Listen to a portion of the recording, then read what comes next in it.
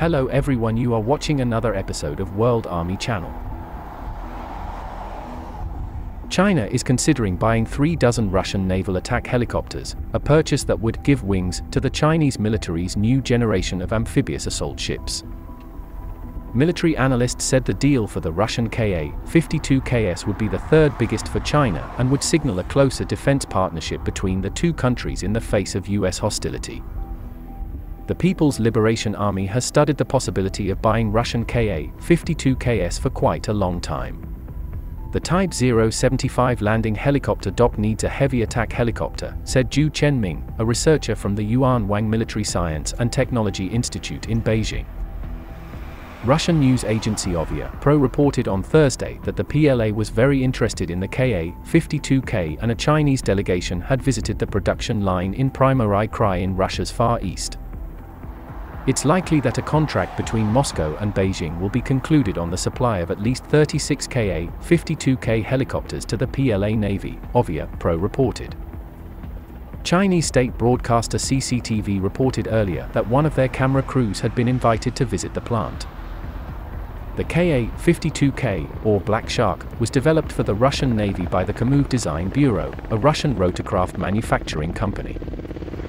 It is a ship variant of the Ka-52 Alligator combat helicopter, with modern avionics for navigation at sea, according to its manufacturer.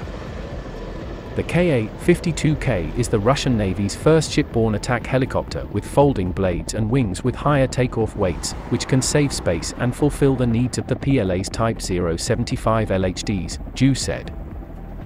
It is designed to resist corrosion at sea, and can lift off with a weight of 12.2 tons, about 1.4 tons more than the original Ka-52.